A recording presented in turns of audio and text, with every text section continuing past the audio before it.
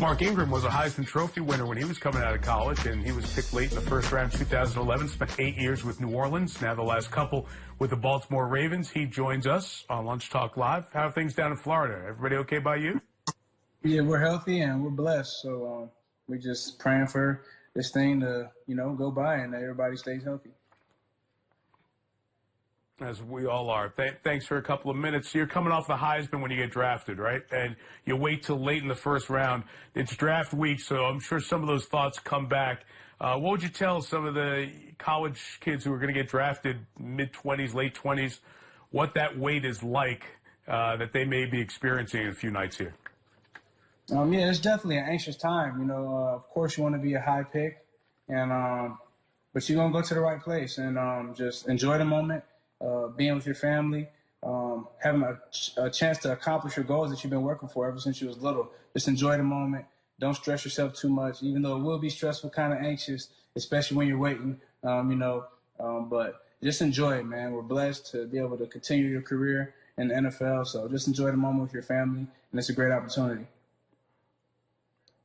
I thought, Mark, you said something really big because you end up sometimes in a place that's the right place for you. What was so good about New Orleans for you for 8 seasons?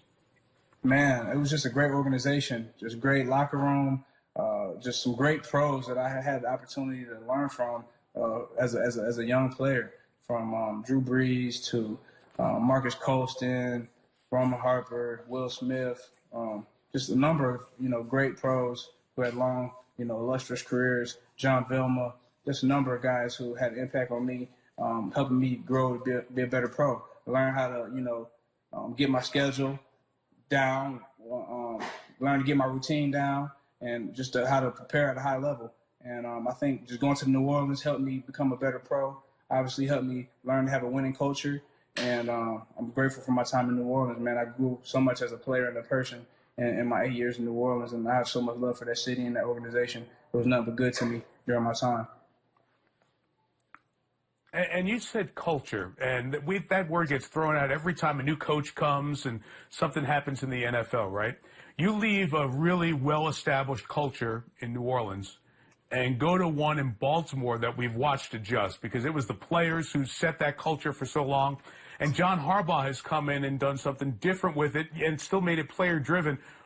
What'd you find when you got behind the doors there of the Ravens organization that contributes to their successful culture? I think they just, treat you like family, and they treat you like a grown man.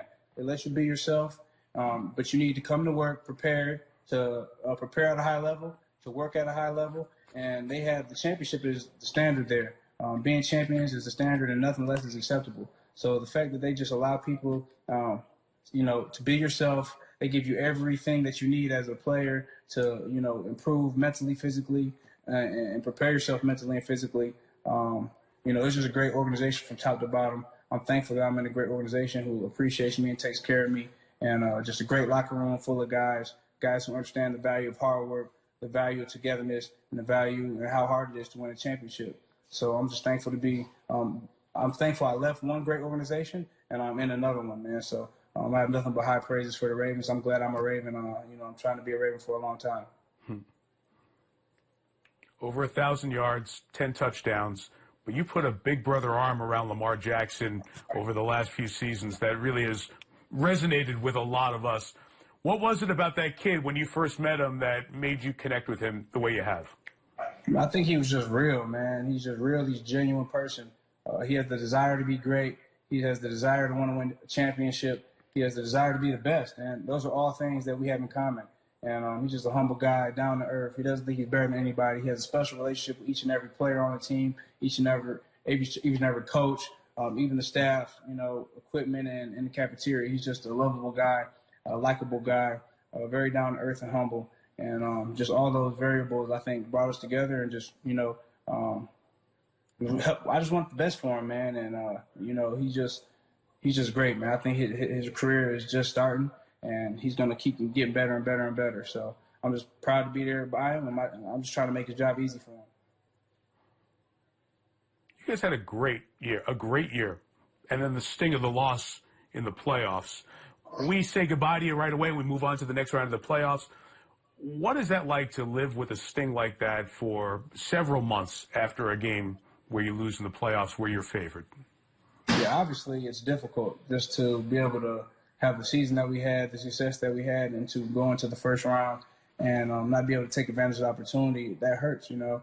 It's Super Bowl or bust, and we lost in the first round that we played in. So that was difficult, and I had a couple stinging losses. One in Minnesota in the divisional, and then obviously the Rams game in New Orleans.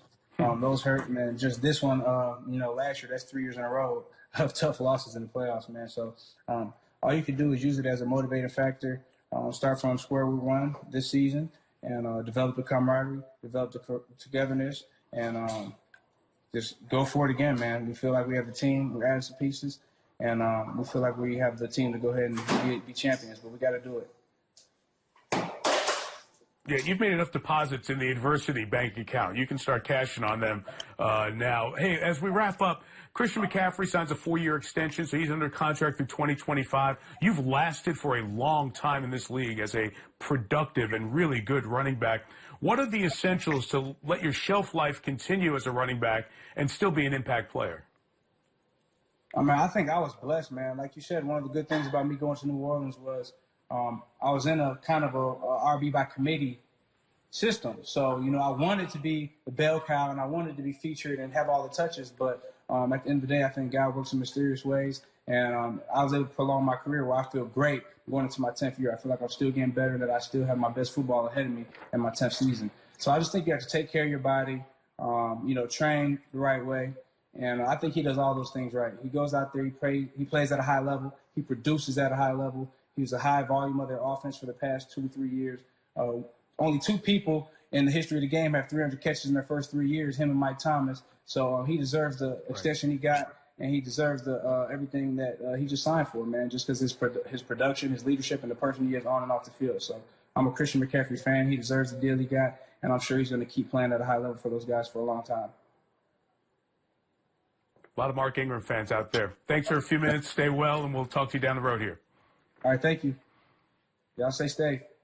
All right, Mark Ingram, Baltimore Ravens. You all stay safe as well.